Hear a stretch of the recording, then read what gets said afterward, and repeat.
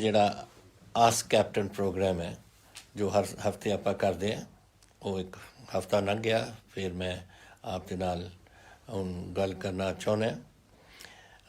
ਪਹਿਲੀ ਗੱਲ ਤਾਂ ਜੈਸੇ ਆਪਾਂ ਸ਼ੁਰੂ ਕਰਦੇ ਹਾਂ ਕਿ ਕੋਵਿਡ ਕਰੋਨਾ ਜੋ ਵਾਇਰਸ ਹੈ ਉਹਦੇ ਬਾਰੇ ਆਪਾਂ ਸਾਰੇ ਜੋ ਤੁਸੀਂ ਜਾਣਨਾ ਚਾਹੁੰਦੇ ਹੋਗੇ ਕਿ ਪੰਜਾਬ ਦੇ ਵਿੱਚ ਕੀ ਹੋ ਰਿਹਾ। ਹੁਣ ਤੁਸੀਂ ਦੁਨੀਆ ਦੇਸ਼ ਦਾ ਔਰ ਦੁਨੀਆ ਦਾ ਤਾਂ ਸਭ ਕੁਝ ਦੇਖ ਹੀ ਰਹਿੰਦੇ ਹੋ ਟੈਲੀਵਿਜ਼ਨ 'ਤੇ ਕਿ ਅਮਰੀਕਾ ਦੇ ਵਿੱਚ ਕਿਸ ਕਿਸਮ ਦਾ ਹਾਲ ਹੈ, UK ਦੇ ਵਿੱਚ, ਯੂਰਪ, ਸਾਰੇ ਕਿਤੇ ਕੀ ਕੁਝ ਫੈਲਿਆ ਹੈ। ਪੂਰਾ ਹਿੰਦੁਸਤਾਨ ਅੱਜ ਜਿਸ ਤਰੀਕੇ ਨਾਲ ਫੈਲ ਰਿਹਾ ਔਰ ਤੇਜ਼ੀ ਨਾਲ ਜਾ ਰਿਹਾ ਹੈ, ਔਰ ਸਾਡੇ ਕਈ ਸੂਬੇ ਨੇ ਜਿਹੜੇ ਬਹੁਤ ਬੁਰੀ ਤਰ੍ਹਾਂ ਉਹਨਾਂ 'ਤੇ ਅਸਰ ਪੈ ਰਿਹਾ ਹੈ, ਜੈਸੇ ਤਮਿਲਨਾਡੂ ਹੈ, ਮਹਾਰਾਸ਼ਟਰ ਹੈ, ਸਾਡਾ ਦਿੱਲੀ ਹੈ। ਇਹਦੇ ਵਿੱਚ ਬਹੁਤ ਅੱਜ ਅੰਕੜੇ ਦਿੱਲੀ ਦੇ 80,000 ਦੇ ਕਰੀਬ ਕੇਸ ਨੇ, ਸਾਡੇ ਤਕਰੀਬਨ 6,000 ਦੇ ਕਰੀਬ ਹੋਏ ਨੇ। ਲੇਕਿਨ ਇਸ ਕਿਸਮ ਦਾ ਇਹ ਬਿਮਾਰੀ ਜਿਹੜੀ ਫੈਲ ਰਹੀ ਹੈ, ਔਰ ਕਈ ਵਾਰ ਤੁਹਾਡੇ ਨਾਲ ਗੱਲ ਹੋਈਆਂ ਨੇ ਕਿ ਇਹਦੇ ਤਾਂ ਪਤਾ ਹੀ ਨਹੀਂ ਲੱਗਦਾ ਕਿ ਕੀ ਬਿਮਾਰੀ ਹੈ, ਕਿੱਥੋਂ ਆਈ, ਕੈਸੇ ਗਈ, ਕਦੋਂ ਮੁੱਕੂਗੀ ਔਰ ਕਿਸ ਤਰੀਕੇ ਨਾਲ ਮੁੱਕੂ।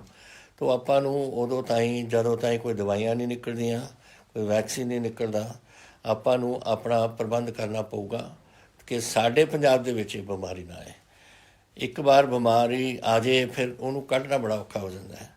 ਔਰ ਜਦੋਂ ਦਵਾਈਆਂ ਬਣ ਜਾਣਗੀਆਂ, ਵੈਕਸੀਨ ਬਣ ਜਾਣਗੀ, ਫਿਰ ਹੋਰ ਗੱਲ ਹੁੰਦੀ ਹੈ। ਫਿਰ ਤਾਂ ਜ਼ੁਕਾਮ ਹੁੰਦੇ ਨੇ, ਮਲੇਰੀਆ ਹੋ ਜਾਂਦਾ, ਹੋਰ ਚੀਜ਼ਾਂ ਹੋ ਜਾਂਦੀਆਂ ਨੇ। ਕੋਈ ਇਲਾਜ ਤਾਂ ਹੈ ਪਰ ਇਹਦੇ ਵਾਸਤੇ ਤਾਂ ਕੋਈ ਇਲਾਜ ਹੀ ਨਹੀਂ ਹਾਲੇ। ਇਸ ਕਰਕੇ ਆਪਾਂ ਨੂੰ ਆਪਣਾ ਬਚਾਅ ਕਰਨਾ ਪਊ। ਤੁਸੀਂ ਮੈਂ ਬਾਰ-ਬਾਰ ਕਹਿੰਦਾ ਤੁਹਾਨੂੰ ਕਿ ਤੁਸੀਂ ਇਹਦਾ ਜ਼ਰੂਰ ਧਿਆਨ ਰੱਖੋ। ਆਪਣਾ ਜੋ ਡਾਕਟਰ ਤੁਹਾਨੂੰ ਦੱਸਦੇ ਨੇ ਸੋਸ਼ਲ ਡਿਸਟੈਂਸਿੰਗ ਰੱਖੋ, ਆਪਣੇ ਹੱਥ ਚੰਗੀ ਤਰ੍ਹਾਂ ਧੋਇਆ ਕਰੋ, ਔਰ ਸਭ ਤੋਂ ਜ਼ਰੂਰੀ ਜਿਹੜਾ ਹੈ ਕਿ ਤੁਸੀਂ ਮਾਸਕ ਪਾਓ। ਮਾਸਕ ਬਹੁਤ ਜ਼ਰੂਰੀ ਨੇ। ਔਰ ਦੁਨੀਆ ਦੇ ਮਾਹਰ ਜਿਹੜੇ ਇਸ ਦੇ ਬਾਰੇ ਕੁਝ ਸਮਝਣ ਲੱਗੇ, ਉਹ ਕਹਿੰਦੇ ਨੇ 75% ਹੀ ਆਪਣੀ ਬਿਮਾਰੀ ਰੋਕ ਸਕਦੀ ਹੈ ਅਗਰ ਆਪਾਂ ਮਾਸਕ ਪਾਉਂਦੇ ਹਾਂ। ਔਰ ਫਿਰ ਇਹੋ ਜਿਹੇ ਹਾਲਾਤ ਬਣ ਜਾਂਦੇ ਨੇ ਕਿ ਕਈ ਬੱਚੇ, ਕਈ ਹੋਰ ਲੋਕ ਬਗੈਰ ਮਾਸਕ ਰੋਜ਼ ਹੀ ਚਲਾਨ ਹੋ ਰਹੇ ਨੇ ਪੁਲਿਸ ਦੇ। ਤਕਰੀਬਨ 4 ਔਰ 5,000 ਦੇ ਦਰਮਿਆਨ ਚਲਾਨ ਹੋ ਰਹੇ ਨੇ ਜਿਹੜੇ ਮਾਸਕ ਨਹੀਂ ਪਾਉਂਦੇ। ਕਈ ਸੜਕਾਂ ਦੇ ਉੱਪਰ ਥੁੱਕ ਦਿੰਦੇ ਨੇ, ਜਦੋਂ ਤੁਹਾਨੂੰ ਪਤਾ ਹੈ ਕਿ ਇਹ ਥੁੱਕ, ਜਿਹਨੂੰ ਸਪੂਟਮ ਕਹਿੰਦੇ ਆ, ਸਭ ਤੋਂ ਜ਼ਿਆਦਾ ਬਿਮਾਰੀ ਇਹੀ ਫੈਲਾਉਂਦਾ। ਇਹ ਚੀਜ਼ਾਂ ਜਿਹੜੀਆਂ ਹੁੰਦੀਆਂ ਨੇ, ਸਾਡੀ ਜ਼ਿੰਮੇਵਾਰੀ ਆਪਾਂ ਸਮਝੀ ਆਪਣੇ ਟੱਬਰ ਨੂੰ ਬਚਾਉਣਾ ਹੈ, ਆਪਣੇ ਆਪ ਨੂੰ ਬਚਾਉਣਾ ਹੈ, ਆਪਣੇ ਸਾਰੇ ਗੁਆਂਢੀਆਂ ਨੂੰ ਬਚਾਉਣਾ ਹੈ, ਤੁਸੀਂ ਆਪਣੇ ਸ਼ਹਿਰ ਨੂੰ ਬਚਾਉਣਾ ਹੈ, ਆਪਣੇ ਪਿੰਡ ਨੂੰ ਬਚਾਉਣਾ ਹੈ। ਉਹ ਤੁਹਾਡੇ ਵਾਸਤੇ ਹੋਰ ਕੋਈ ਰਾਹ ਨਹੀਂ, ਆਹੀ ਤਰੀਕਾ ਹੈ। ਔਰ ਮੈਨੂੰ ਖੁਸ਼ੀ ਹੈ ਕਿ ਬਹੁਤ ਪੰਜਾਬ ਤਾਂ ਇਹ ਗੱਲਾਂ ਸਮਝਣ ਲੱਗ ਗਿਆ, ਕਿਉਂਕਿ ਆંકੜੇ ਹੀ ਸਾਨੂੰ ਦੱਸ ਰਹੇ ਨੇ। ਹੁਣ ਹਰਿਆਣੇ ਦੇ ਵਿੱਚ 7 ਤਿਗਣੀ ਇਹ ਅੱਜ ਕੇਸ ਨੇ, ਦਿੱਲੀ 'ਚ ਕਈ ਗੁਣਾ, ਉਹ 80,000 ਹੈ, ਆਪਾਂ 6,000। ਉਹ ਇਸ ਕਿਸਮ ਦੇ ਕੇਸ ਨੇ ਕਿਉਂਕਿ ਪੰਜਾਬ ਦੇ ਵਿੱਚ ਸ਼ੁਰੂ ਤੋਂ ਹੀ ਅਸੀਂ ਲੋਕਡਾਊਨ ਔਰ ਕਰਫਿਊ ਕਰਤਾ ਸੀ, ਔਰ ਇਹ ਗੱਲ ਅੱਜ ਤਾਈਂ ਅਸੀਂ ਕੰਟਰੋਲ ਰੱਖ ਰਹੇ ਉਹਦਾ। ਸਾਡੇ 153 ਨਵੇਂ ਕੇਸ ਨੇ, ਲੇਕਿਨ ਰਿਕਵਰੀ ਸਾਡੀ 72% ਹੈ। 153 ਕੇਸ ਅੰਦਰ ਆਏ, ਨਵੇਂ ਕੇਸ ਬਣੇ ਨੇ, ਔਰ 155 ਅਸੀਂ ਜਿਹੜੇ ਹਸਪਤਾਲਾਂ ਦੇ ਵਿੱਚ ਸੇ ਉਹ ਰਾਜੀ ਹੋ ਕੇ ਵਾਪਸ ਆਪਣੇ ਘਰਾਂ ਚਲੇ ਗਏ। ਤਾਂ ਤਕਰੀਬਨ ਬਰਾਬਰ ਜਿਹਾ ਕੰਮ ਚੱਲਿਆ ਇਸ 'ਚ। ਇੱਕ ਅਫਸੋਸ ਹੈ ਕਿ ਸਾਡੇ 5 ਬੰਦਿਆਂ ਦੀ ਮੌਤ ਹੋਈ ਹੈ। ਇਹ ਬੜੀ ਹਰ ਵੇਲੇ ਜਦੋਂ ਮੈਂ ਜਦ ਇਹ ਕਾਗਜ਼ ਆਉਂਦਾ, ਮੈਂ ਪਹਿਲੇ ਇਹੀ ਆંકੜੇ ਦੇਖਦਾ ਹੁੰਦਾ ਕਿ ਸਾਡੇ ਕਿੰਨੇ ਪੰਜਾਬੀ ਚਲੇ ਗਏ ਇਸ ਬਿਮਾਰੀ 'ਚ। ਟੋਟਲ ਹੁਣ ਤਾਈਂ 157 ਹੋ ਗਏ ਨੇ, ਉਹਦੇ ਵਿੱਚੋਂ 5 ਅੱਜ ਦੇ ਦਿਨ ਉਹਨਾਂ ਦੀ ਮੌਤ ਹੋਈ ਹੈ। ਬੜਾ ਅਫਸੋਸ ਹੈ ਮੈਨੂੰ। ਪਰ ਇਸ ਤੋਂ ਇਲਾਵਾ 34 ਬੰਦੇ ਸਾਡੇ ਆਕਸੀਜਨ 'ਤੇ ਡਿਪੈਂਡੈਂਟ ਨੇ, ਔਰ 3 ਨੇ ਜੋ ਵੈਂਟੀਲੇਟਰ ਸਪੋਰਟ ਲੈ ਰਹੇ ਨੇ। ਮਾੜਾ ਤਾਂ ਇੱਕ ਬੰਦਾ ਵੀ ਜਾਵੇ, ਇੱਕ ਬੰਦਾ ਬਿਮਾਰ ਵੀ ਹੋਵੇ, ਉਹ ਮਾੜਾ ਸਾਰਿਆਂ ਨੂੰ ਲੱਗਦਾ, ਮੈਨੂੰ ਲੱਗਦਾ। ਲੇਕਿਨ ਕੀ ਕਰੀਏ, ਇਹ ਸਾਰਾ ਹੁਣ ਸਾਡੇ ਵੱਸ ਤੋਂ ਬਾਹਰ ਹੈ। ਹੁਣ ਤਾਂ ਆਪਾਂ ਸਿਰਫ ਕੰਟਰੋਲ ਹੀ ਰੱਖ ਸਕਦੇ ਹਾਂ। ਔਰ ਮੈਨੂੰ ਖੁਸ਼ੀ ਹੈ ਕਿਉਂਕਿ ਇਹਦੇ ਵਿੱਚ ਜਿਹੜੇ ਮੈਨੂੰ ਸਵਾਲ ਵੀ ਅੱਜ ਆਏ ਨੇ, ਇੱਕ ਬੰਦੇ ਨੇ ਮੈਨੂੰ ਦੱਸਿਆ ਕਿ ਜੀ ਮੈਂ ਤੁਹਾਨੂੰ ਦੱਸਣਾ ਚਾਹੁੰਦਾ ਕਿ ਮੇਰੇ ਸਰਪੰਚ ਸਾਹਿਬ ਮੇਰੇ ਕੋਲ ਆਏ ਨੇ ਸਾਡੇ ਘਰ 'ਚ, ਔਰ ਸਾਨੂੰ ਮਿਸ਼ਨ ਫਤਿਹ ਦੇ ਬਾਰੇ ਦੱਸਿਆ, ਜੋ ਅਸੀਂ ਇਸ ਪ੍ਰੋਗਰਾਮ ਦੇ ਇਸ ਕੋਵਿਡ ਦੀ ਲੜਾਈ ਦੇ ਵਿੱਚ ਉਹਦਾ ਨਾਮ ਮਿਸ਼ਨ ਫਤਿਹ ਰੱਖਿਆ। ਔਰ ਤੁਹਾਨੂੰ ਮੈਂ ਦੱਸਣਾ ਚਾਹੁੰਦਾ ਕਿ ਸਾਰਾ ਪਰਿਵਾਰ ਹੀ ਜੋ ਸਰਪੰਚ ਸਾਹਿਬ ਸਾਨੂੰ ਕਰਕੇ ਦੱਸ ਕੇ ਗਏ ਨੇ, ਅਸੀਂ ਉਹ ਮਨਾ ਰਹੇ ਹਾਂ ਉਹ ਗੱਲਾਂ ਨੂੰ। अगर सारा पंजाब ही मनाउण लग जाए ना ਤਾਂ ਕੋਈ ਕੋਵਿਡ ਹੀ ਨਾ ਰਹੂਗਾ ਇੱਥੇ ਪੰਜਾਬ ਦੇ ਵਿੱਚ। ਤਾਂ ਹੀ ਮੈਨੂੰ ਹਰ ਵੇਲੇ ਮੈਂ ਬੇਨਤੀ ਕਰਦਾ ਤੁਹਾਨੂੰ ਕਿ ਤੁਸੀਂ ਪਲੀਜ਼ ਡਾਕਟਰ ਜੋ ਦੱਸਦੇ ਨੇ ਔਰ ਜੋ ਟੈਲੀਵਿਜ਼ਨ 'ਤੇ ਤੁਸੀਂ ਦੱਸਦੇ ਹੋ, ਹਫ਼ਤੇ ਬਾਅਦ ਮੈਂ ਤੁਹਾਨੂੰ ਦੱਸਦਾ, ਇਹ ਮਨਾਓ, ਇਹ ਗੱਲਾਂ ਕਰੋ ਤੁਸੀਂ, ਔਰ ਆਪਾਂ ਆਪਣੇ ਪੰਜਾਬ ਨੂੰ ਬਚਾਈਏ। ਇੱਕ ਮੈਂ ਹੋਰ ਕੁਝ ਦੱਸਣਾ ਚਾਹੁੰਦਾ, ਖਾਸ ਕਰਕੇ ਬੱਚਿਆਂ ਨੂੰ। ਮੈਂ ਸੋਸ਼ਲ ਮੀਡੀਆ 'ਤੇ ਬਹੁਤ ਦੇਖਦਾ, ਅਖਬਾਰਾਂ 'ਚ ਵੀ ਉਹਨਾਂ ਦੇ, ਕਿ ਸਾਡੇ ਇਮਤਿਹਾਨ ਸਾਡੇ ਬੰਦ ਕੀਤੇ ਜਾਣ ਕਿਉਂਕਿ ਪੜ੍ਹਾਈ ਨਹੀਂ ਹੋਈ ਸਾਡੀ, ਔਰ ਹੋਰ ਕਈ ਸਟੇਟਾਂ ਦੇ ਵਿੱਚ ਹੋਇਆ। ਔਰ ਮੈਂ ਉਹਨਾਂ ਨੂੰ ਬਾਰ-ਬਾਰ ਕਹਿੰਦਾ ਸੀ ਕਿ ਯੂਨੀਵਰਸਿਟੀ ਗ੍ਰਾਂਟਸ ਕਮਿਸ਼ਨ ਨੇ ਇਹ ਫੈਸਲਾ ਕਰਨਾ, UGC ਨੇ। ਲੇਕਿਨ ਅੱਜ ਮੈਨੂੰ ਖੁਸ਼ੀ ਹੁੰਦੀ ਹੈ ਇਹ ਦੱਸਦੇ ਕਿ ਬਾਕੀ ਅੰਕੜੇ ਤਾਂ ਸਾਰੇ ਪ੍ਰੋਗਰਾਮ ਸਭ ਕੁਛ ਤਾਂ ਤੁਹਾਨੂੰ ਜਦ ਸਾਡੀ ਗਵਰਨਮੈਂਟ ਦਾ ਐਲਾਨ ਓਫੀਸ਼ੀਅਲੀ ਹੋਊਗਾ ਕੱਲ੍ਹ ਨੂੰ, ਉਹ ਆਊਗਾ ਤੁਹਾਡੇ ਅਖਬਾਰਾਂ ਦੇ ਵਿੱਚ ਔਰ ਤੁਹਾਡੇ ਆਪਣੇ ਯੂਨੀਵਰਸਿਟੀਜ਼ ਦੇ ਵਿੱਚ। ਤੁਸੀਂ ਉਹਨਾਂ ਤੋਂ ਸਾਰੀਆਂ ਗੱਲਾਂ ਮੰਨ ਲਓ। ਲੇਕਿਨ ਅਸੀਂ ਇੰਨਾ ਮੈਂ ਤੁਹਾਨੂੰ ਦੱਸ ਸਕਦਾ ਕਿ ਜਿਹੜਿਆਂ ਨੇ ਆਪਣਾ ਅਖੀਰਲਾ ਇਮਤਿਹਾਨ ਹੈ, ਜੋ ਤੁਹਾਡੇ ਰਿਜ਼ਲਟ ਉਸ ਤੋਂ 1 ਸਾਲ ਪਹਿਲਾਂ ਆਏ ਨੇ, ਔਰ ਅਗਰ ਉਹ ਠੀਕ ਰਿਜ਼ਲਟ ਨੇ, ਉਹਦੇ ਵਿੱਚ ਤੁਸੀਂ ਆਪਣੀ ਯੂਨੀਵਰਸਿਟੀ ਦੇ ਮੁਤਾਬਿਕ ਪਾਸ ਹੋਏ ਹੋ, ਫਿਰ ਤੁਹਾਨੂੰ ਐਗਜ਼ਾਮ ਕਰਨ ਦੀ ਲੋੜ ਨਹੀਂ ਹੈ। ਇਹ ਅਸੀਂ ਕਾਲਜਿਸ ਯੂਨੀਵਰਸਿਟੀ ਦੇ ਵਿੱਚ ਇਹ ਹੋਇਆ। ਜਿਹੜੀਆਂ 10ਵੀਂ ਜਮਾਤ ਅਸੀਂ ਪਹਿਲਾਂ ਹੀ ਅਨਾਊਂਸ ਕਰ ਚੁੱਕੇ, ਜਿਹੜੀ 12ਵੀਂ ਜਮਾਤ ਹੈ ਉਹਦੇ ਵਿੱਚ ਹੁਣ ਅਸੀਂ ਐਕਸਪੈਕਟ ਕਰਦੇ ਹਾਂ ਕਿ ਬੜੀ ਜਲਦੀ ਉਹ ਗਵਰਨਮੈਂਟ ਸਾਨੂੰ ਦੱਸੇਗੀ ਇਹਦੇ ਬਾਰੇ, ਔਰ ਅਗਲੇ 2-3 ਦਿਨ 'ਚ ਤੁਹਾਨੂੰ ਐਲਾਨ ਹੋ ਜਾਊਗਾ 12ਵੀਂ ਦੇ ਬਾਰੇ। ਲੇਕਿਨ ਜਿੱਥੇ ਤਾਂ ਇਹ ਯੂਨੀਵਰਸਿਟੀਜ਼ ਹੈ, ਯੂਨੀਵਰਸਿਟੀਜ਼ ਦਾ ਮੈਂ ਤੁਹਾਨੂੰ ਦੱਸ ਚੁੱਕਿਆ। ਹੁਣ ਯੂਨੀਵਰਸਿਟੀਜ਼ ਵੀ ਤੁਹਾਨੂੰ ਦੱਸਣਗੇ ਜੋ ਕੁਛ ਸਾਡਾ ਫੈਸਲਾ ਹੋਇਆ, ਔਰ ਸਾਡੇ ਆਪਣੀ ਸਰਕਾਰ ਦਾ ਜਿਹੜਾ ਹਾਇਰ ਐਜੂਕੇਸ਼ਨ ਮਹਿਕਮਾ ਹੈ, ਉਹ ਤੁਹਾਨੂੰ ਕੱਲ੍ਹ ਤਾਈਂ ਇਹ ਸਾਰਾ ਐਲਾਨ ਅਖਬਾਰਾਂ ਦੇ ਵਿੱਚ ਆ ਜਾਣਾ। ਤੋ ਤੁਸੀਂ ਹੁਣ ਪੜ੍ਹੋ। ਇਹਦਾ ਮਤਲਬ ਇਹ ਨਹੀਂ ਕਿ ਘਰ ਬਹਿ ਕੇ ਤੁਸੀਂ ਕੁਛ ਨਾ ਕਰੋ, ਪੜ੍ਹੋ, ਕਿਉਂਕਿ ਅੱਗੇ ਤੁਸੀਂ ਆਪਣੀ ਜ਼ਿੰਦਗੀ ਬਣਾਉਣੀ ਹੈ। ਤਾਂ ਤੁਸੀਂ BA ਡਿਗਰੀ ਲੈ ਲਓ ਜਾਂ MA ਡਿਗਰੀ ਲੈ ਲਓ, ਇਸ ਤਰੀਕੇ ਨਾਲ, ਲੇਕਿਨ ਪੜ੍ਹੋ ਅੱਗੇ ਵਾਸਤੇ, ਤਾਂ ਕਿ ਤੁਸੀਂ ਆਪਣੀ ਕੁਝ ਬਣਾ ਸਕੋ ਆਪਣੇ ਬਾਰੇ, ਆਪਣੀ ਜ਼ਿੰਦਗੀ ਬਾਰੇ। ਇੱਕ ਗੱਲ ਜੋ ਮੈਂ ਤੁਹਾਡੇ ਨਾਲ ਕਰਨਾ ਚਾਹੁੰਦਾ ਸੀ, ਉਹ ਹੈ ਇਹ ਜਿਹੜਾ ਟਿੱਡੀ ਦਲ ਹੁਣ ਘੁੰਮ ਰਿਹਾ ਇੱਥੇ।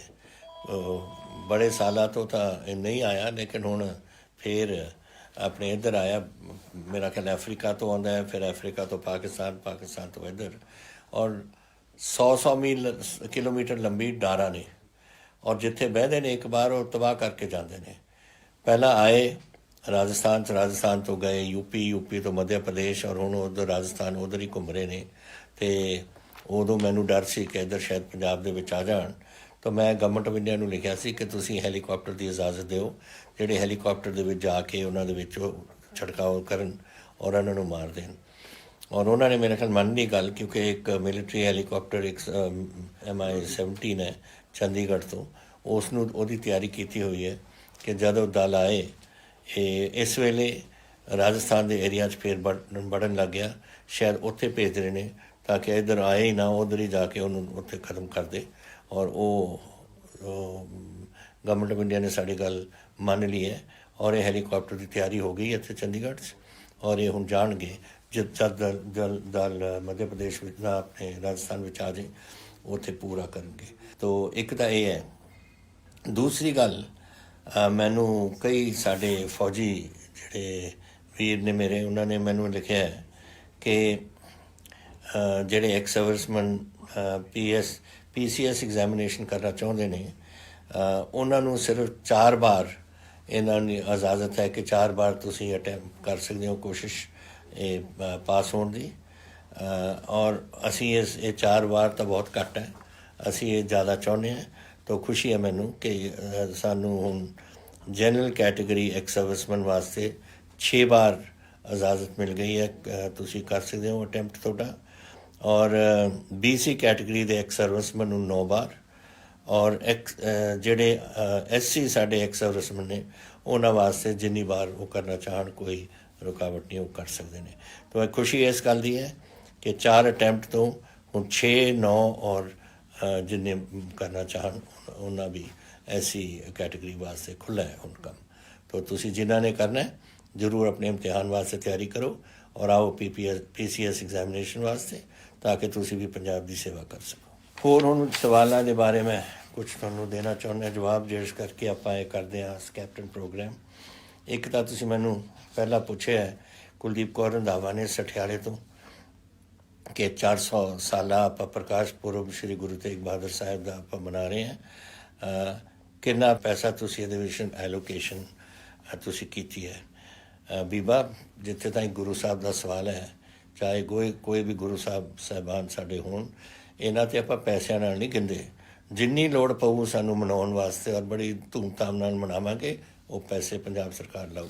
ਪਰ ਪੈਸਿਆਂ ਦੀ ਗੱਲ ਨਾ ਕਰਿਆ ਕਰੋ ਜਿੱਥੇ ਗੁਰੂ ਸਾਹਿਬ ਦਾ ਮਸਲਾ ਹੁੰਦਾ। ਗੁਰੂ ਤਾਂ ਸਾਡੇ ਉਹਨਾਂ ਕਰਕੇ ਤਾਂ ਆਪਾਂ ਸਾਰੇ ਵਸੇ ਹੋਏ ਉਹਦੇ, ਤਾਂ ਜਿਹੜਾ ਕੁਝ ਸਾਡਾ ਹੈ ਉਹ ਗੁਰੂਆਂ ਦਾ ਹੀ ਹੈ। ਔਰ ਗੁਰੂ ਸਾਹਿਬ ਦੇ ਮਨਾਉਣ ਵਾਸਤੇ ਅਸੀਂ ਕੋਈ ਘਾਟ ਨਹੀਂ ਛੱਡਣੀ ਕਿਸੇ ਗੱਲ ਦੀ। ਇਹ ਪੁੱਛ ਰਹੇ ਨੇ ਗੁਰਪ੍ਰੀਤ ਗਿੱਲ ਜੀ ਕਿ ਮੈਂ ਤੁਹਾਡਾ ਪੋਸਟ ਦੇਖਿਆ ਸੀ ਪੰਜਾਬ ਦੇ ਉੱਪਰ, ਜਦੋਂ ਮਹਾਰਾਜ ਰਣਜੀਤ ਸਿੰਘ ਦੇ ਸਮੇਂ ਤੋਂ 5 ਨਦੀਆਂ ਸਾਡੇ ਹੁੰਦੀਆਂ ਸੀ ਕੰਟਰੋਲ 'ਚ, ਹੁਣ ਅਸੀਂ 13 MP ਰਹਿ ਗਏ ਹਾਂ ਹਿੰਦੁਸਤਾਨ, ਜੋ ਅਸੀਂ ਐਂਟੀ ਫਾਰਮਰ ਆਰਡੀਨੈਂਸ ਵੀ ਨਹੀਂ ਰੋਕ ਸਕਦੇ। ਗੱਲ ਥੋੜ੍ਹੀ ਸਹੀ ਹੈ। ਇਤਿਹਾਸ ਹੁਣ ਗਵਾਹ ਹੈ ਜਿਹੜੀ ਗੱਲਾਂ ਨੂੰ। ਚਮਰੌਰ ਤੋਂ ਲੈ ਕੇ ਦਿੱਲੀ ਤੱਕ ਮਹਾਰਾਜ ਸਾਹਿਬ ਦਾ ਰਾਜ ਹੁੰਦਾ ਸੀ ਔਰ ਸਾਡਾ ਪੰਜਾਬ ਹੁੰਦਾ ਸੀ।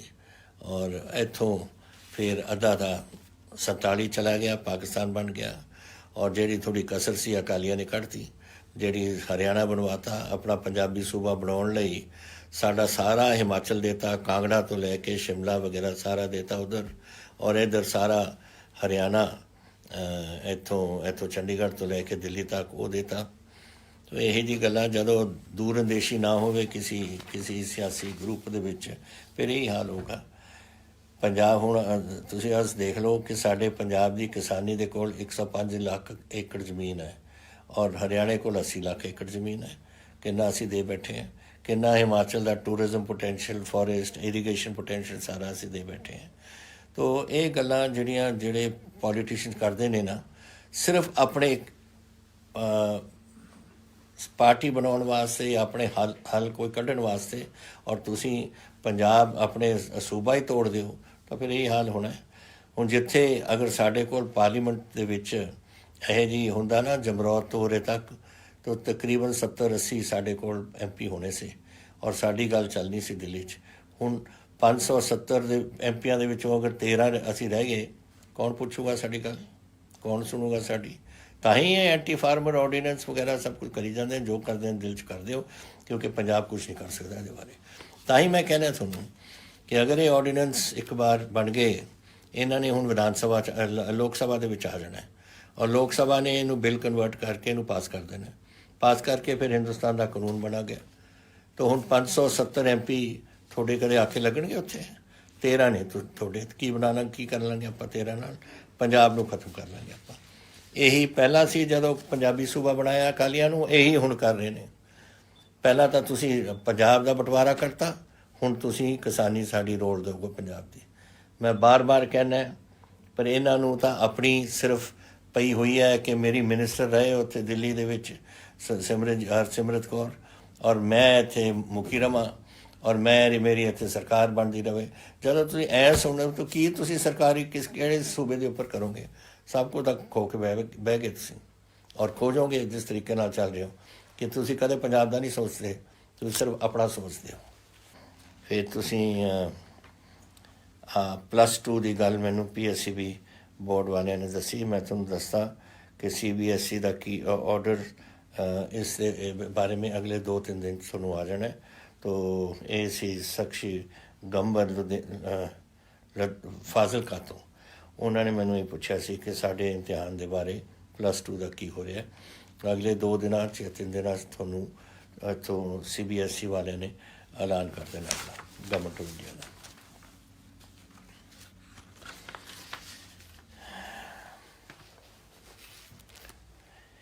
ਇਹ ਸਵਾਲ ਹੁਣ ਕਈ ਦਿਨਾਂ ਤੋਂ ਉੱਠਿਆ ਹੋਇਆ ਹੈ। ਇਹ ਜਿਹੜੇ 3 ਆਰਡੀਨੈਂਸ ਗਵਰਨਮੈਂਟ ਆਫ ਇੰਡੀਆ ਨੇ ਕੀਤੇ ਨੇ, ਜੋ ਅਸੀਂ ਸਮਝਦੇ ਹਾਂ 100% ਕਿਸਾਨੀ ਦੇ ਖਿਲਾਫ ਨੇ, ਉਹਦੇ ਵਿੱਚ ਕਿਸਾਨ ਯੂਨੀਅਨ ਦੀ ਸਾਰਿਆਂ ਦੀ ਮੇਰੀ ਮੀਟਿੰਗ ਹੋ ਚੁੱਕੀ, ਸਾਰੇ ਓਪੋਜੀਸ਼ਨ ਪਾਰਟੀਆਂ ਦੀ ਮੇਰੀ ਮੀਟਿੰਗ ਹੋ ਚੁੱਕੀ, ਔਰ ਅਕਾਲੀ ਦਲ ਔਰ BJP ਨੂੰ ਛੱਡ ਕੇ ਸਾਰੇ ਇੱਕ ਪਾਸੇ ਬੈਠੇ ਨੇ ਕਿ ਇਹ ਕਿਸਾਨੀ ਦੇ ਖਿਲਾਫ ਹੈ। ਇਹ ਅਗਰ ਤੁਸੀਂ ਇਹਦਾ ਨਿਚੋੜ ਕੱਢੋ ਨਾ, ਤਾਂ ਇੱਕ ਸ਼ਾਂਤਾ ਕੁਮਾਰ ਜੀ ਹੁੰਦੇ ਸੀ ਜੋ ਹਿਮਾਚਲ ਪ੍ਰਦੇਸ਼ ਦੇ ਮੁੱਖ ਮੰਤਰੀ ਕਈ ਵਾਰ ਰਹੇ, 2-3 ਵਾਰ। ਉਹਨਾਂ ਦੀ ਕਮੇਟੀ ਬਣਾਈ ਸੀ ਔਰ ਉਹਨਾਂ ਨੇ ਆਪਣੇ ਰਿਪੋਰਟ 'ਚ ਕਿਹਾ ਸੀ ਕਿ ਇਹ ਜਿਹੜੀ MSP ਹੈ ਇਹ ਗਲਤ ਹੈ, ਇਹਨੂੰ ਬੰਦ ਕੀਤਾ ਜਾਵੇ ਔਰ ਫੂਡ ਕਾਰਪੋਰੇਸ਼ਨ ਆਫ ਇੰਡੀਆ ਦੀ ਕੋਈ ਲੋੜ ਨਹੀਂ ਜਿਹੜੀ ਖਰੀਦ ਕਰਦੀ ਹੈ, ਉਹਨੂੰ ਵੀ ਚੱਕ ਦਿਓ। ਹੁਣ ਉਹਦਾ ਜਿਹੜਾ ਨਿਚੋੜ ਹੈ ਉਹ ਕੱਢ ਕੇ ਇਹਨਾਂ ਨੇ ਆਰਡੀਨੈਂਸ ਬਣਾ ਦਿੱਤੇ ਔਰ ਜੋ ਮਰਜ਼ੀ ਸੁਖਬੀਰ ਬਾਦਲ ਕਹੇ, ਅਕਾਲੀ ਦਲ ਕਹੇ ਜਾਂ BJP ਕਹੇ, ਇਹਨਾਂ ਨੇ ਇੱਕ ਵਾਰ ਇਹ ਆਰਡੀਨੈਂਸ ਨੂੰ ਕਾਨੂੰਨ ਬਣਾਤਾ ਨਾ ਪਾਰਲੀਮੈਂਟ 'ਚ, ਫਿਰ ਅਗਲਾ ਕਦਮ ਇਹ ਹੋਏਗਾ ਕਿ ਫੂਡ ਕਾਰਪੋਰੇਸ਼ਨ ਨੂੰ ਖਤਮ ਕਰਨਗੇ ਔਰ MSP ਖਤਮ ਕਰਨਗੇ। ਔਰ ਤੁਸੀਂ ਦੇਖ ਲਓ ਪੰਜਾਬ ਕਿਸਾਨੀ ਦਾ ਕੀ ਬਣੂਗਾ ਅਗਰ ਆਹ ਕੰਮ ਹੁੰਦਾ ਰਹੇ। ਇਸ ਕਰਕੇ ਮੈਂ ਆਪ ਨੂੰ ਬੇਨਤੀ ਕਰਨਾ ਚਾਹੁੰਦਾ ਸਾਰਿਆਂ ਨੂੰ ਜਿਹੜੇ ਅੱਜ ਸੁਣ ਰਹੇ ਹੋ ਕਿ ਇਸ ਗੱਲ ਨੂੰ ਬੜੀ ਗੰਭੀਰਤਾ ਨਾਲ ਤੁਸੀਂ ਲਓ ਔਰ ਪੁੱਛੋ ਇਹਨਾਂ ਨਾਲ ਅਕਾਲੀਆਂ ਨੂੰ ਕਿ ਤੁਸੀਂ ਆਪਣੀ ਸਿਆਸਤ ਖੇਡ ਰਹੇ ਹੋ, ਕਿਉਂਕਿ ਉਹਨਾਂ ਦੀ ਇੱਥੇ ਦਿੱਲੀ ਦੇ ਵਿੱਚ ਇੱਕ ਮਿਨਿਸਟਰ ਆਪਣਾ ਬਿਠਾਏ ਬੈਠੇ ਨੇ ਕੈਬਨਿਟ ਦੇ ਵਿੱਚ ਜੋ ਬੀਬੀ ਬਾਦਲ ਹੈ ਔਰ ਉਹ ਇਹ ਕੋਈ ਕਦਮ ਨਹੀਂ ਉੱਠ ਸਕਦਾ ਜਦ ਤੱਕ ਕੈਬਨਿਟ ਨਹੀਂ ਪਾਸ ਕਰਦੀ ਔਰ ਉਹ ਕੈਬਨਿਟ ਵਿੱਚ ਇਹਨੇ ਹਾਂ ਕੀਤੀ ਹੋਣੀ ਹੈ, ਤੁਸੀਂ ਉਹਨੂੰ ਪੁੱਛ ਲਓ। ਔਰ ਇਹੀ ਹਾਲ ਹੈ ਇੱਥੇ ਅਕਾਲੀਆਂ ਦਾ, ਕਿਉਂਕਿ BJP ਦੇ ਨਾਲ ਇਹਨਾਂ ਦੀ ਇੱਥੇ ਗੱਠਜੋੜ ਹੈ, ਇਸ ਕਰਕੇ ਇਹ ਕੋਈ ਸਮਝਦੇ ਹੀ ਨਹੀਂ। ਇਹ ਜਿਹੜਾ ਕੁਛ BJP ਨੂੰ ਖੁਸ਼ ਕਰਨ ਵਾਸਤੇ ਇਹ ਆਪਣੇ ਪੰਜਾਬ ਦੀ ਕਿਸਾਨੀ ਨੂੰ ਵੇਚਣਾ ਚਾਹੁੰਦੇ ਨੇ।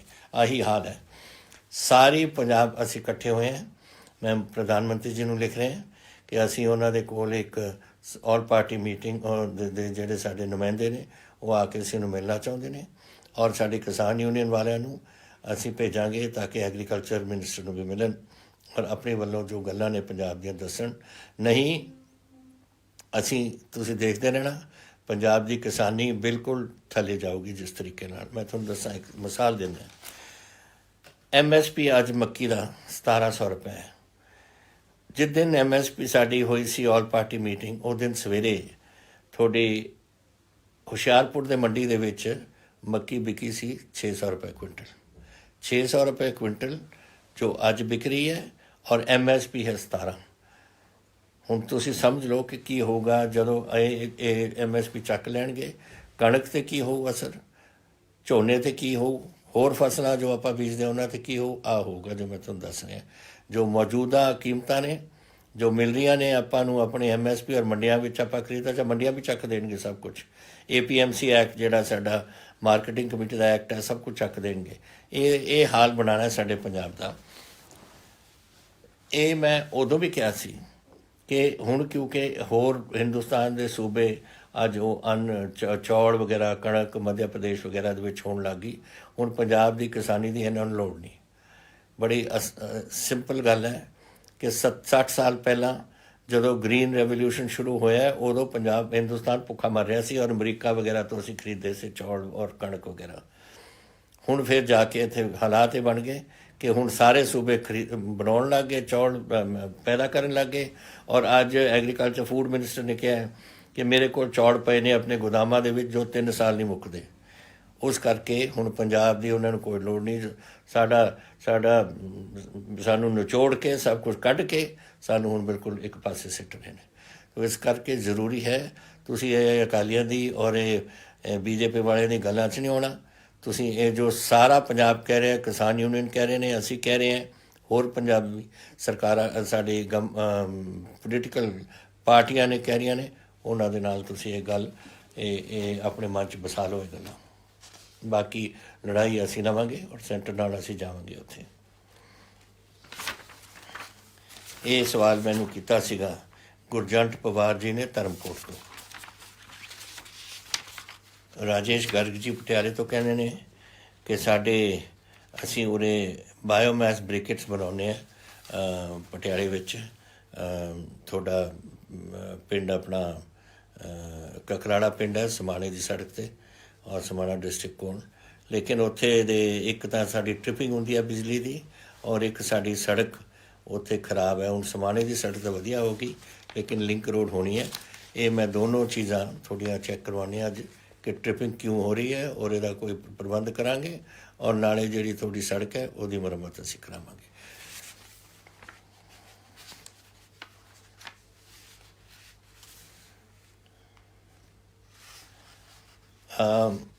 ਇੱਕ ननीत कौर जी लिख रहे हैं जलंधर तो कि साड़ी centre IELTS trainer centre Jalandhar का बंद पे है मार्च ताईं, इनू खुलवाओ। बेटा मैं तो खोलना चाहुंदा है, लेकिन ये साढ़े जैसे ये जड़ा हुण ये अपना कोविड का मसला है, ये नैशनल डिजास्टर एक्ट के अधीन आउंदा, साढ़े कोल नहीं इहदी कोई अधिकार। और ये असी होम मिनिस्ट्री गवर्नमेंट चलाउंदी है, और वो जदों सानू जिहड़ा कुछ भेजदे ने सानू करना पैंदा है। अगर स्टेट डिजास्टर एक्ट हुंदा तां मेरे हत्थ 'ਚ हुंदा, लेकिन अगर तुसी कर रहे हो नैशनल डिजास्टर, वो दिल्ली का फैसला करते हैं पूरे हिंदुस्तान नहीं। और उन्होंने हुण इस वेले कोचिंग सेंटर्स वगैरह बंद रखे ने उन्होंने, और कहते हैं कि असी हाले खोलन नहीं देने। तो ये मेरे हाथ तो बाहर है, लेकिन मैं जरूर उन्होंने इन्फॉर्म करांगा कि हुण पंजाब दे विच सुधार आ रहे हैं, सानू इजाजत दे दो इस ये काम करन दी, अपने कोचिंग सेंटर्स वगैरह खुलाउण दी। एक तुसी ईशान ग्रोवर जी अबोर तो पुछ रहे हो कि 9 एयर इंडिया फ्लाइट कैनेडा गईयां सीआं, 2 मिनट च बुक हो गई। मेरा इम्तिहान हैगा, सैशन स्टार्ट कर रहा है सितंबर दे विच, गवर्नमेंट साड़ी हैल्प करे कुछ। देखो मैं ये जरूर चैक करांगा कि होर फ्लाइट्स कोई जांदियां ने तो असीं थोड़ा नाम उहदे विच मैं देऊँगा, लेकिन मैं आस करदा है कि सितंबर तक शायद इंटरनेशनल ट्रैवल ही खुल जाए। आई होप ये खुल जाएगी, क्योंकि बहुत लोग ऐसे फसे हुए ने, मैनू चिट्ठियाँ और सनेहे बड़े आउंदे ने वख-वख मुल्कां तो कि असीं फसे हुए असीं आउणा चाहुंदे हां वापस, लेकिन सिर्फ किते किते ही ये फ्लाइट्स जा रही ने। अगर गवर्नमेंट ऑफ इंडिया की कोई फ्लाइट प्रबंध होया और एयर इंडिया की फ्लाइट जाणगियां, थोड़ा नाम जरूर देवांगे। पर तुसी भी ये करना है काम कि थोड़ा कौंसलेट है उत्थे, कौंसलेट नूं भी तुसी जरूर लिख देना कि मैं पढ़दा उत्थे, और वो उतों भी लिस्ट कैनेडा तो भी लिस्ट आ जाती है। और बाकी जो असी इतों करना है वो असी इत्थे भी थोड़ा ना इधरों भेज देंगे, लेकिन उधरों भी आ जाए तो चंगी गल है कि तुसी वो तो बोनाफाइड एक विद्यार्थी हो जो अपनी सैशन थोड़ा स्टार्ट हो रहा है, तो वो भी भेज सकते हैं उत्थों।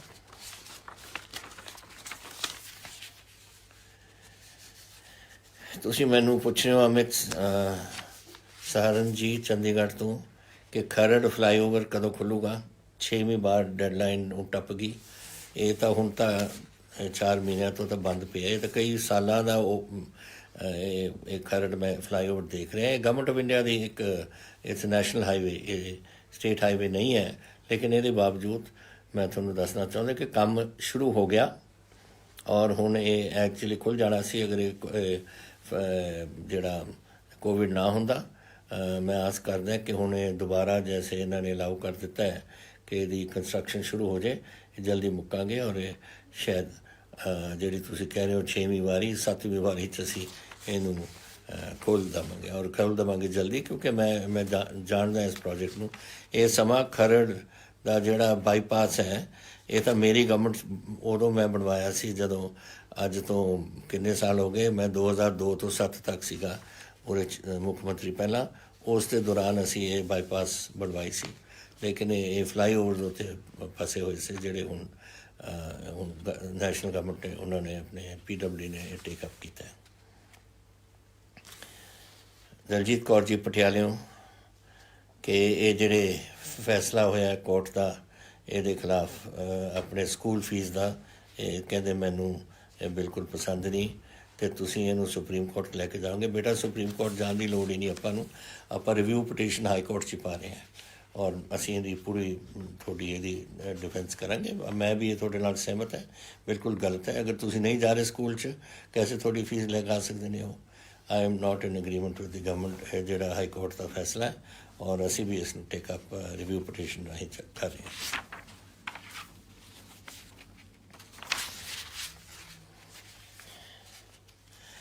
एक बड़ी दुख वाली गल है जो मैं अज देखी है कि एक 1 अप्रैल 2014 मनप्रीत जी एक एक्सीडेंट दे विच आ गए से और ये ट्रक इन्हां दे उपर ही लंघ गया सी।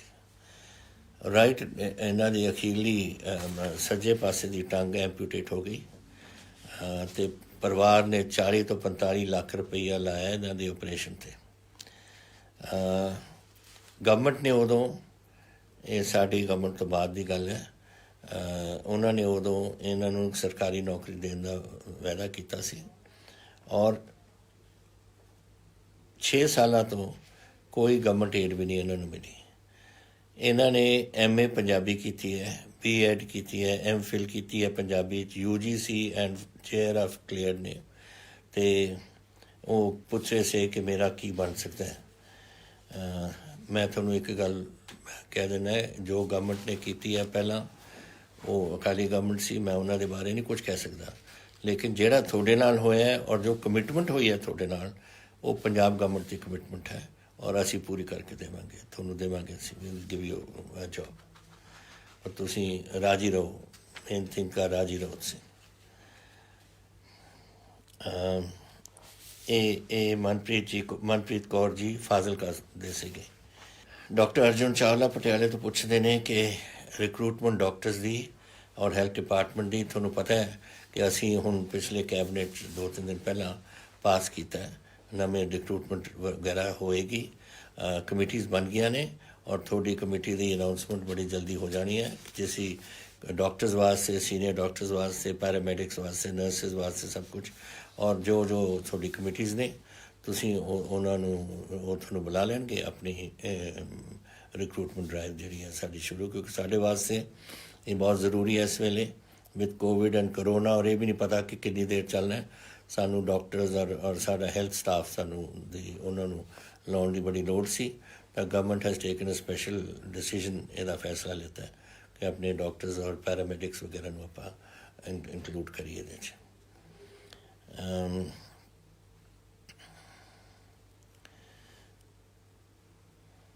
ਮਨੀਕਰਨ ਜੀ ਸਰਦਾਨਾ ਫਿਰੋਜ਼ਪੁਰ ਤੋਂ ਪਹਿਲਾਂ ਕਹਿੰਦੇ ਨੇ ਕਿ ਚੀਨ ਦੇ ਵਿੱਚ ਬੜਾ ਹਾਲਾਤ ਟੈਂਸ ਨੇ, ਪਰ ਪਾਕਿਸਤਾਨ ਹਰ ਵੇਲੇ ਗੜਬੜ ਕਰਨ ਦੀ ਕੋਸ਼ਿਸ਼ ਕਰਦੇ ਔਰ ਇਹ ਦੋਨੋਂ ਇਕੱਠੇ ਨੇ, ਦੋਸਤ ਨੇ। ਅਤੇ ਅਸੀਂ ਬਸ ਮੁਲਕ ਦਾ ਚਾਹੁੰਦੇ ਨੇ ਕਿ ਹਾਲਾਤ, ਮੈਨੂੰ ਕਹਿੰਦੇ ਨੇ you are proud you are leading Punjab, ਇਹ ਤਾਂ ਮੈਂ ਕਹਿਣਾ ਨਹੀਂ ਚਾਹੁੰਦਾ ਸੀ, ਬਟ ਬੇਸਿਕਲੀ ਉਹਨਾਂ ਨੂੰ ਫਿਕਰ ਹੈ ਕਿ ਇਸ ਦਾ, ਪਰ ਤੁਸੀਂ ਫਿਕਰ ਨਾ ਕਰੋ, ਹਿੰਦੁਸਤਾਨ ਦੀ ਫੌਜ ਬੜੀ ਤਕੜੀ ਹੈ, ਮੁਲਕ ਸਾਡਾ ਬੜਾ ਤਕੜਾ ਹੈ, ਚਾਹੇ ਚੀਨ ਇਕੱਠੇ ਸਾਡੇ ਨਾਲ ਲੜੇ ਜਾਂ ਪਾਕਿਸਤਾਨ ਇਕੱਠੇ ਲੜੇ ਜਾਂ ਰਲ ਕੇ ਲੜਨ, ਅਸੀਂ ਹੁਣ ਸਾਡੀ ਫੌਜ ਇਸ ਵੇਲੇ, ਤੁਸੀਂ ਮੇਰਾ ਖਿਆਲ ਕਦੇ ਕਦੇ ਪੜ੍ਹੋ ਨਾ ਕੋਈ ਮਿਲਟਰੀ ਜਰਨਲਸ ਵਗੈਰਾ, ਤੁਸੀਂ ਦੇਖੋਗੇ ਕਿ ਅੱਜ 4 ਨੰਬਰ 'ਤੇ ਦੁਨੀਆ ਦੇ ਵਿੱਚ ਸਾਡੀ ਫੌਜ ਮੰਨੀ ਜਾਂਦੀ ਹੈ। ਸੋ ਦੇयर इज़ ਨਥਿੰਗ ਟੂ ਫੀਅਰ, ਕੋਈ ਡਰ ਦੀ ਕੋਈ ਲੋੜ ਨਹੀਂ। ਔਰ ਵਾਹਿਗੁਰੂ ਦੀ ਕਿਰਪਾ ਨਾਲ ਪੰਜਾਬ ਔਰ ਹਿੰਦੁਸਤਾਨ ਬਿਲਕੁਲ ਸੁਖੀ ਰਹੋ ਇਸ 'ਚ। ਕਮਲਦੀਪ ਸਿੰਘ ਜੀ ਬੰਸਲ ਪੁੱਛ ਰਹੇ ਨੇ ਕਿ ਸਾਡੇ ਪੰਜਾਬ ਕੇਸਰੀ ਲਾਲਾ ਲਾਜਪਤ ਰਾਏ ਜੀ ਦਾ ਘਰ ਜਿਹੜਾ ਜਗਰਾਓਂ ਦੇ ਵਿੱਚ ਹੈ, ਇਹਦੇ ਹਾਲਾਤ ਬੜੇ ਮਾੜੇ ਨੇ।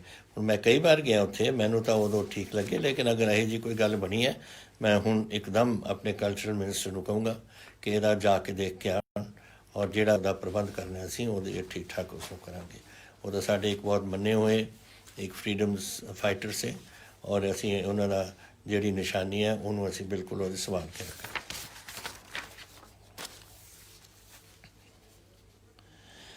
ਜਸਕਰਨ ਜੀ ਕਹਿੰਦੇ ਨੇ ਕਿ ਸਾਡੇ ਸ਼ਹਿਰ ਬੜੇ, ਮੈਂ ਲੁਧਿਆਣੇ ਤੋਂ ਹੈ, ਬੜਾ ਸਾਡਾ ਸ਼ਹਿਰ ਬੜੇ ਤੇਜ਼ੀ ਨਾਲ, ਕਿਉਂਕਿ ਡੀਟੇਲ ਪਲੈਨਿੰਗ ਹੈ ਬੇਟਾ, ਹਰ ਵੱਡੀ ਸਿਟੀ ਦਾ ਸਾਡਾ ਮਾਸਟਰ ਪਲਾਨ ਬਣਿਆ ਹੋਇਆ ਹੈ। ਪੁਰਾਣਾ ਸਿਟੀ ਸ਼ਹਿਰ ਨੂੰ ਤਾਂ ਸਿਰਫ ਅਸੀਂ ਉਹਨੂੰ ਦੇਖਭਾਲ ਕਰ ਸਕਦੇ ਹਾਂ, ਲੇਕਿਨ ਜਿਹੜੀ ਆਲੇ ਦੁਆਲੇ ਦੀ ਜ਼ਮੀਨ ਔਰ ਜਿਸ ਤਰੀਕੇ ਨਾਲ ਐਕਸਪੈਂਸ਼ਨ ਹੋ ਰਹੀ ਹੈ, that is all under a master plan, ਔਰ ਮਾਸਟਰ ਪਲਾਨ ਦੇ ਮੁਤਾਬਿਕ ਚੱਲਣਾ ਪਊ। ਅਗਰ ਤੁਹਾਨੂੰ ਕੋਈ ਸ਼ੱਕ ਹੈ ਕਿ ਕੋਈ ਏਰੀਆ ਤੁਹਾਡਾ ਮਾਸਟਰ ਪਲਾਨ ਦੇ ਖਿਲਾਫ ਚੱਲ ਰਿਹਾ, ਮੈਨੂੰ ਜ਼ਰੂਰ ਤੁਸੀਂ ਦੱਸੋ, ਮੈਂ ਇਹਦਾ ਵੀ ਵਿਲ ਚੈੱਕ ਇਟ ਅਪ, ਇਹਦਾ ਹੱਲ ਕੱਢਾਂਗੇ ਅਸੀਂ।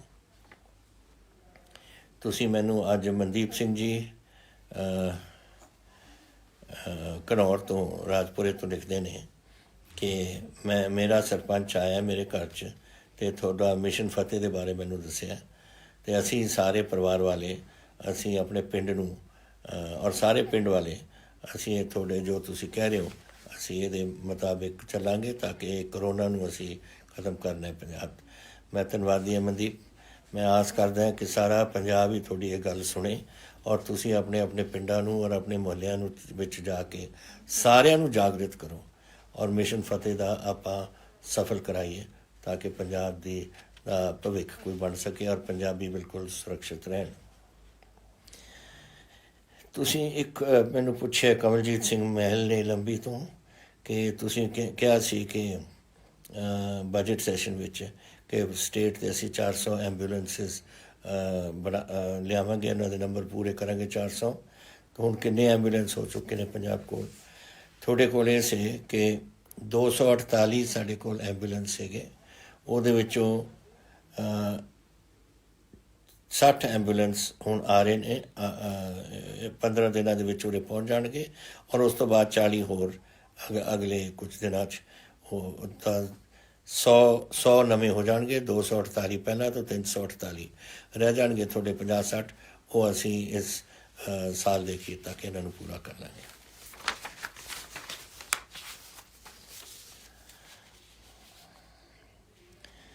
ਇਹ ਹਰ ਨੌਜਵਾਨ ਚਾਹੁੰਦਾ ਪੰਜਾਬ 'ਚ। ਇਹ ਲਿਖਿਆ ਸਰਪੰਚ ਜਗਸੀਰ ਸੰਧੂ ਲੋਹਾ ਖੇੜਾ ਸੰਗਰੂਰ ਤੋਂ। ਇਹ ਕਹਿੰਦੇ ਨੇ ਕਿ ਮੇਰੇ ਪਿੰਡ ਦੇ ਵਿੱਚ ਕਈ ਅਸੀਂ ਫੌਜ ਦੇ ਵਿੱਚ ਔਰ ਪੁਲਿਸ ਸਰਵਿਸ ਜਾਣਾ ਚਾਹੁੰਦੇ ਹਾਂ, ਲੇਕਿਨ ਪਹਿਲਾਂ ਸਟੇਡੀਅਮ ਦੀ ਸਾਨੂੰ ਲੋੜ ਹੈ ਆਪਣੀ ਹੈਲਥ ਵਗੈਰਾ ਬਣਾਉਣ ਲਈ, ਅਤੇ ਸਾਡਾ ਜਿਹੜਾ ਨੇੜੇ ਤੋਂ ਨੇੜਾ ਸਟੇਡੀਅਮ ਹੈ ਬੜੀ ਦੂਰ ਹੈ, ਇਸ ਕਰਕੇ ਮੇਰੇ ਪਿੰਡ ਵਿੱਚ ਇੱਕ ਬਣਾ ਦਿਓ। ਹੁਣ ਇਹ ਮੈਂ ਚੈੱਕ ਕਰਦਾ ਕਿ ਕਿਹੜੇ ਪਿੰਡ ਦੇ ਵਿੱਚ ਬਣਾਉਣੇ, ਲੇਕਿਨ ਮੈਂ ਤੁਹਾਨੂੰ ਇੱਕ ਇਹ ਦੱਸਦਾ ਕਿ ਜੋ ਸਾਡਾ ਫੈਸਲਾ ਹੈ ਕਿ ਇੱਕ ਬਹੁਤ ਵੱਡੇ ਸਟੇਡੀਅਮ 5 ਸਟੇਡੀਅਮ ਬਣਾਵਾਂਗੇ ਹਰ ਬਲਾਕ ਦੇ ਵਿੱਚ, ਔਰ ਪੂਰੇ ਪੰਜਾਬ ਦੇ ਵਿੱਚ ਅਸੀਂ ਇਸ ਸਾਲ 750 ਸਟੇਡੀਅਮ ਬਣਾਉਣ ਦਾ ਫੈਸਲਾ ਕੀਤਾ ਹੈ। ਤਾਂ 5 ਹਰ ਬਲਾਕ ਦੇ ਵਿੱਚ 5 ਸਟੇਡੀਅਮ ਔਰ 750 ਹੋ ਜਾਣਗੇ ਪੂਰੇ ਪੰਜਾਬ ਦੇ ਵਿੱਚ ਇਸ ਸਾਲ। ਤਾਂ ਮੈਂ ਚੈੱਕ ਕਰੂੰਗਾ ਕਿ ਤੁਹਾਡੇ ਲੋਹਾ ਖੇੜਾ ਦੇ ਵਿੱਚ ਤੁਹਾਡਾ ਪਿੰਡ ਚੁਣਿਆ ਜਾਂ ਪਤਾ ਨਹੀਂ ਕਿਹੜਾ ਚੁਣਿਆ, ਔਰ ਤੁਹਾਨੂੰ ਦੱਸਾਂਗੇ ਜ਼ਰੂਰ ਕਿ ਕਿੱਥੇ ਤੁਹਾਡਾ ਸਟੇਡੀਅਮ ਬਣ ਰਿਹਾ। ਇਹ ਸਵਾਲ ਸੀ ਤੁਹਾਡੇ ਅੱਜ ਦੇ, ਔਰ ਅਗਲੇ ਹਫਤੇ ਫਿਰ ਆਪਾਂ ਮਿਲਾਂਗੇ, ਫਿਰ ਗੱਲਾਂ ਕਰਾਂਗੇ। ਕਈ ਗੱਲਾਂ ਨੇ ਜਿਹੜੀਆਂ ਆ ਜਾਂਦੀਆਂ ਨੇ, ਹਫਤਾ ਦਾ ਬਹੁਤ ਲੰਬਾ ਸਮਾਂ ਹੁੰਦਾ ਔਰ ਕਈ ਗੱਲਾਂ ਹੁਣ ਬੜੀ ਤੇਜ਼ੀ ਨਾਲ ਹਾਲਾਤ ਬਦਲਦੇ ਰਹਿੰਦੇ ਨੇ। ਤਾਂ ਜੈਸੇ ਕੋਈ ਗੱਲ ਹੋਏਗੀ ਤੁਸੀਂ ਜ਼ਰੂਰ ਲਿਖਣਾ ਮੈਨੂੰ, ਔਰ ਮੈਂ ਉਹ ਨਾਲ ਤੁਹਾਡੇ ਨਾਲ ਜ਼ਰੂਰ ਗੱਲ ਕਰਕੇ ਕੋਸ਼ਿਸ਼ ਕਰਾਂਗਾ ਕਿ ਮੈਂ ਇਹ ਪ੍ਰੋਗਰਾਮ ਰੱਖਿਆ ਇਸ ਵਾਸਤੇ ਕਿ ਹਰ ਪੰਜਾਬੀ ਨੂੰ ਪਤਾ ਹੋਏ ਕਿ ਤੁਸੀਂ ਸਾਡੀ ਸਰਕਾਰ ਬਣਾਈ ਸੀ, ਸਾਡੀ ਗਵਰਨਮੈਂਟ ਬਣਾਈ ਹੈ। ਔਰ ਮੈਂ ਆਸ ਕਰਦਾ ਕਿ ਜਿਸ ਤਰੀਕੇ ਨਾਲ ਸਾਡੀ ਆਪਸੀ ਮੇਲ ਸੀ, ਇੱਕ ਸਾਡੀ ਸੋਚ ਸੀ ਆਪਸੀ, ਤਾਂ ਹੀ ਤੁਸੀਂ ਸਾਨੂੰ ਵੋਟਾਂ ਪਾਈਆਂ ਸੀ ਕਿ ਸਾਡੇ ਵਿੱਚ ਕੋਈ ਫਰਕ ਨਾ ਹੋਵੇ। ਜੋ ਗੱਲਾਂ ਅਸੀਂ ਕਰਦੇ ਹਾਂ, ਜੋ ਤੁਸੀਂ ਚਾਹੁੰਦੇ ਹੋ ਸਰਕਾਰ ਦੇਖੇ ਉਸ ਨੂੰ, ਔਰ ਜੋ ਅਸੀਂ ਕਰ ਸਕਦੇ ਹਾਂ ਜਾਂ ਨਹੀਂ ਕਰ ਸਕਦੇ ਤੁਹਾਨੂੰ ਅਸੀਂ ਦੇਖ ਸਕਦੇ ਹਾਂ। ਮੈਂ ਬਿਲਕੁਲ ਓਪਨ ਸਰਕਾਰ ਚਾਹੁੰਦਾ। ਮੈਂ ਕੋਈ ਇਹ ਨਹੀਂ ਚਾਹੁੰਦਾ ਕਿ ਕਹੀਏ ਕੁਛ ਔਰ ਕਰੀਏ ਕੁਛ ਜੋ ਆਮ ਤੌਰ 'ਤੇ ਸਰਕਾਰਾਂ ਕਰਦੀਆਂ ਨੇ। ਸਿੱਧੀ ਗੱਲ ਮੈਂ ਤੁਹਾਡੇ ਨਾਲ ਕਰਨਾ ਚਾਹੁੰਦਾ ਕਿ ਇੰਨਾ ਹੋ ਸਕਦਾ, ਇਹ ਹੋ ਸਕਦਾ ਜਾਂ ਇਹ ਨਹੀਂ ਹੋ ਸਕਦਾ, ਤਾਂ ਕਿ ਤੁਸੀਂ ਵੀ ਇਹ ਮੰਚ ਵਸਾ ਲਓ ਕਿ ਕਿੱਥੇ ਤਾਈਂ ਅਸੀਂ ਜਾ ਸਕਦੇ ਹਾਂ। ਪੰਜਾਬ ਔਕੜਾਂ ਬੜੀਆਂ ਆਉਂਦੀਆਂ ਨੇ, ਖਾਸ ਕਰਕੇ ਆਰਥਿਕਤਾ ਸਾਡੀ ਪੰਜਾਬ ਦੀ ਅੱਛੀ ਨਹੀਂ, ਔਰ ਹੁਣ ਹੋਰ ਵੀ ਵਿਗੜੂਗੀ ਇੱਕ ਕਰੋਨਾ ਦੇ ਨਾਲ। ਤਾਂ ਸਾਡੇ ਜਿੰਨੀ ਵੀ ਸਾਡੇ ਕੋਲ ਗੁੰਜਾਇਸ਼ ਹੈ ਲਾਉਣੀ ਆ ਪੰਜਾਬ ਵਾਸਤੇ, ਲਾਉਣੀ ਆ ਤੁਹਾਡੇ ਵਾਸਤੇ, ਔਰ ਲਾਉਣੀ ਆ ਤੁਹਾਡੀਆਂ ਮੰਗਾਂ ਨੇ ਇਹਨਾਂ ਵਾਸਤੇ, ਤਾਂ ਕਿ ਅਸੀਂ ਆਪਣੇ ਪੰਜਾਬ ਨੂੰ ਰਲ ਕੇ ਅੱਗੇ ਵਧਾਈਏ। ਬਹੁਤ ਤੁਹਾਡਾ ਧੰਨਵਾਦ। ਵਾਹਿਗੁਰੂ ਜੀ ਕਾ ਖਾਲਸਾ, ਵਾਹਿਗੁਰੂ ਜੀ ਕੀ ਫਤਿਹ। ਜੈ ਹਿੰਦ।